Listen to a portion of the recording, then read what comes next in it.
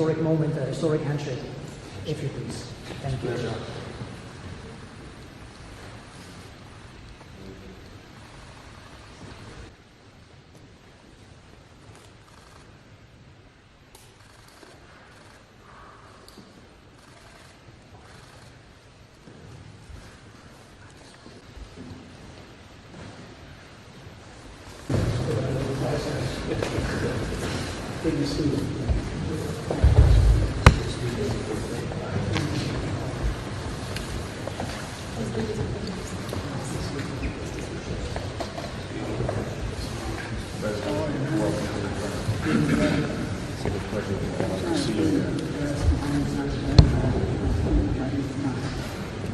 Well, it's never enough. President, you can discuss it with the President. Minister of Defense, Mr. President. It's all impossible. Yeah, we have some more coming. Yes, I debated for Lagotv. He's a really remarkable person. They're really friends, Mr. President. Thank you, sir.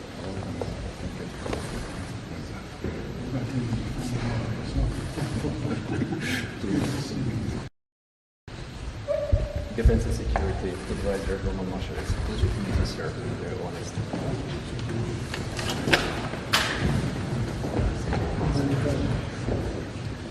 I know you know. I'm glad. Let's move on.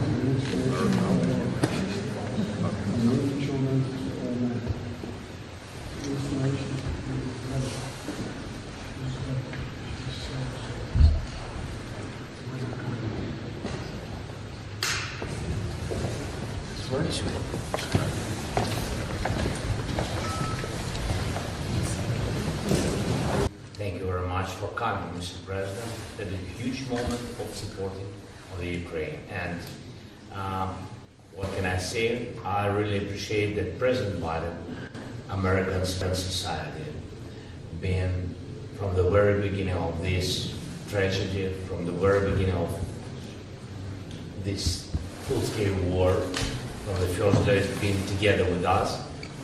First phone call of supporting was from White House to Ukraine. And thank you for your leadership. Thanks bipartisan support. Thanks Congress. I think that is a historical moment for our country and very important. Today we'll speak in detail about the situation on the battlefield.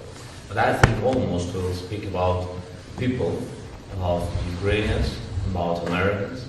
I think that is huge and so difficult period for societies, and what we have to do to stop the war, to have success in this war, to make Ukraine more stronger, and how to win this year.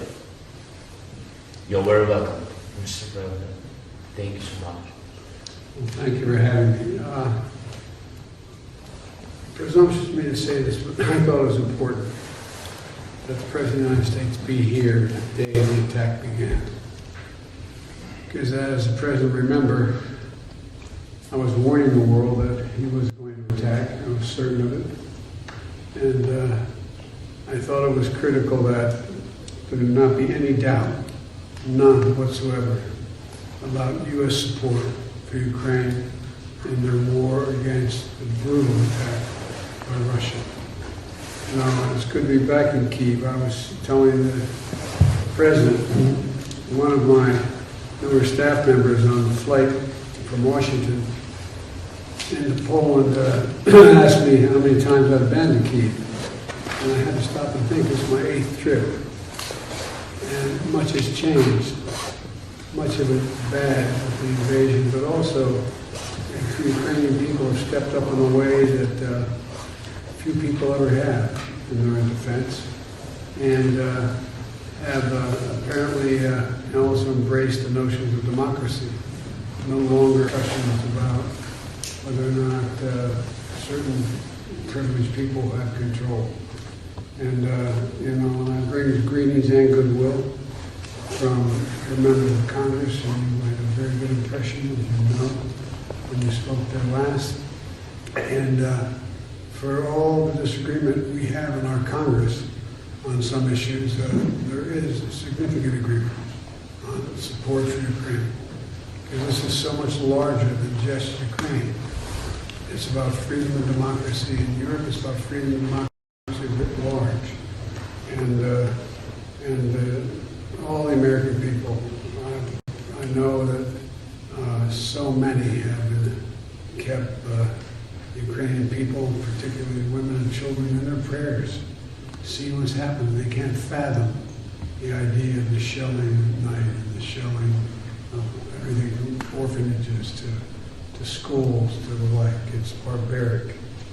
And I'm here to show our unwavering support for the nation's independence, their sovereignty, and territorial integrity. And today, I hope we're going to have a chance to discuss how the United States and our allies, by keeping constant contact with and our partners, can most effectively support you and your cause, Mr. President. And I look forward to discussing all of this and then addressing the world with you afterwards. But, again, the admiration for the people of Ukraine, ordinary, hard-working citizens who were never trained to be military. The way they've stepped up is just, it's beyond heroic.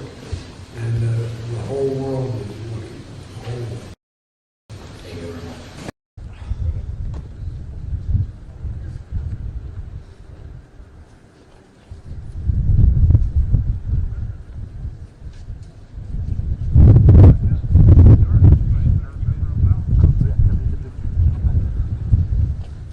Go back a little bit.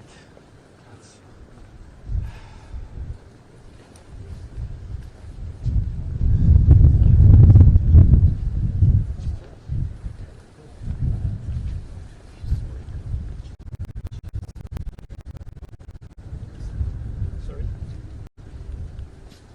I don't know. If you want.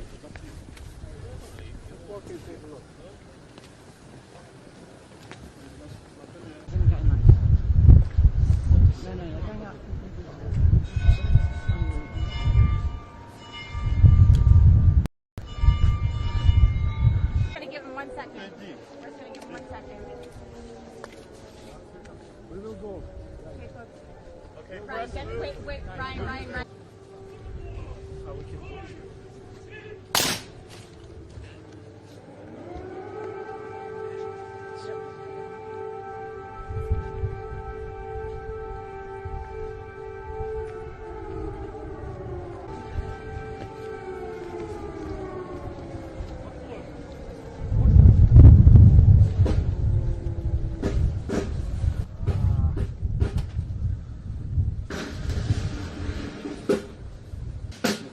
Excuse me. Guys, you can move over there.